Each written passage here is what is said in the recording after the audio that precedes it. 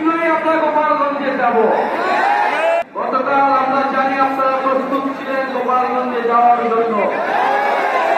আমরা জানি সারা বাংলাদেশ প্রস্তুত ছিল গোপালগঞ্জ যাওয়ার জন্য। এবং আমরা অবশ্যই যাব, খুব শীঘ্রই আমরা গোপালগঞ্জে যাব। কিন্তু বন্ধুগণ, আমরা সেই জুলাই গণঅভ্যুত্থান থেকে আজকে পর্যন্ত বলে এসেছি আমাদের কর্ম হল মধ্যম পন্থা, আমাদের কর্মসূচি হল শান্তিপূর্ণ কর্মসূচি, অহিংস কর্মসূচি। কিন্তু যদি সন্ত্রাসীরা আমাদের দিকে আসে, আমরা গণপ্রতিরোধ গড়ে তুলতে কিন্তু পিছপা হই না, লাঠি হাতে তুলতে পিছপা হই না, গণঅভ্যুত্থানে অস্ত্র হাতে তুলে প্রস্তুত ছিলাম। প্রিয় সংগ্রামী ফরিদপুরবাসী, এই ফরিদপুর শহীদদের মাটিতে, শহীদেরা এই মাটিতে সাহিত্য রয়েছে। শিশু তামিল থেকে শুরু করে গণঅভ্যুত্থানে অনেক শহীদ এই ফরিদপুরের সাহসী সন্তান। এই ফরিদপুরের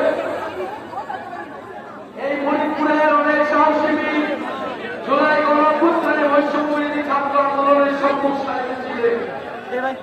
সংগ্রামী বন্ধুগণ, আপনারা জানেন গতকাল গোপালগঞ্জে আমাদের শান্তিপূর্ণ পূর্ব ঘোষিত কর্মসূচিতে আক্রমণ চালানো হয়েছে। গোপালগঞ্জে এখনো ফ্যাসিস্টরা তাদের আশ্রয় কেন্দ্র হিসেবে গড়ে তুলেছে গোপালগঞ্জকে। আমরা বলেছি গোপালগঞ্জের মানুষকে, গোপালগঞ্জের সাধারণ জনগণকে আমরা মুজিববাদ থেকে মুক্ত করব। গোপালগঞ্জের সাধারণ মানুষের পাশে আমরা আছি। আমরা আহ্বান জানাতে চাই সরকারের কাছে, গোপালগঞ্জের কোন একজন সাধারণ মানুষকে যাতে হেনস্থা না করা হয়, কিন্তু ফ্যাসিস্ট সন্ত্রাসী প্রত্যেককে ধরে ধরে গ্রেফতার করতে হবে। সংগ্রামী বন্ধুগণ, 4 জন মানুষ বিচার বহির্ভূত ভাবে গতকাল মারা গিয়েছে। আমরা 5ই আগস্টের পরে বলেছিলাম সন্ত্রাসীদেরও মানবাধিকার আমরা বিশ্বাস করি।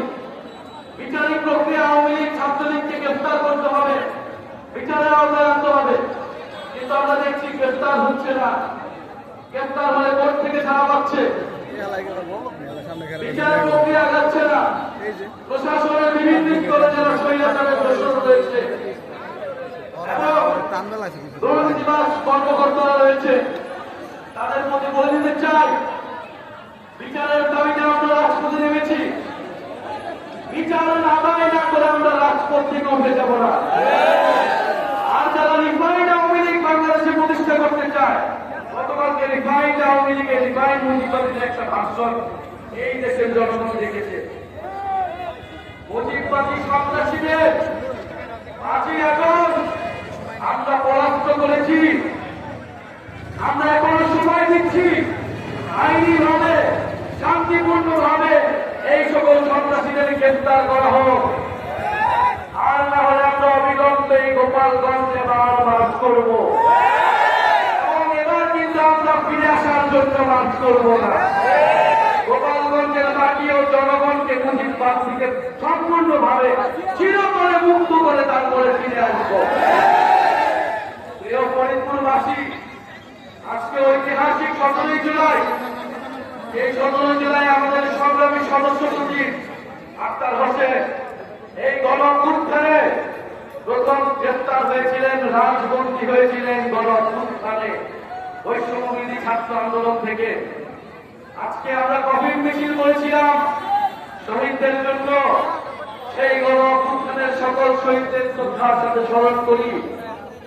যারা ভেবেছিলেন এই জুলাই পদযাত্রা আক্রমণ করে বাধা দিয়ে সশস্ত্র হামলা করে থামিয়ে দিবে, তারা ভুলে গেছে যারা কালের সামনে দাঁড়িয়েছে, যারা মৃত্যুর মুখ থেকে বারবার ফিরে এসেছে, উল্লেখিত আত্মনা করে বারবার রাজপথে দাঁড়িয়েছে, তাদের নেতৃত্বে এই জুলাই পদযাত্রা থামবে না। 64টা জেলায় পদযাত্রা না করে আমরা ঘরে ফিরব না। এইটা বাংলাদেশের মানুষের কাছে আমরা ওয়াদা, এবং আমরা 3 আগস্টের মধ্যে 64 জেলায় আমরা পদযাত্রা করব। 3 আগস্ট আমরা শহীদ মিনারে আমরা ইস্তেহার এবং জুলাই সনদ ঘোষণাপত্রের দাবিতে আমরা জড়ো হব।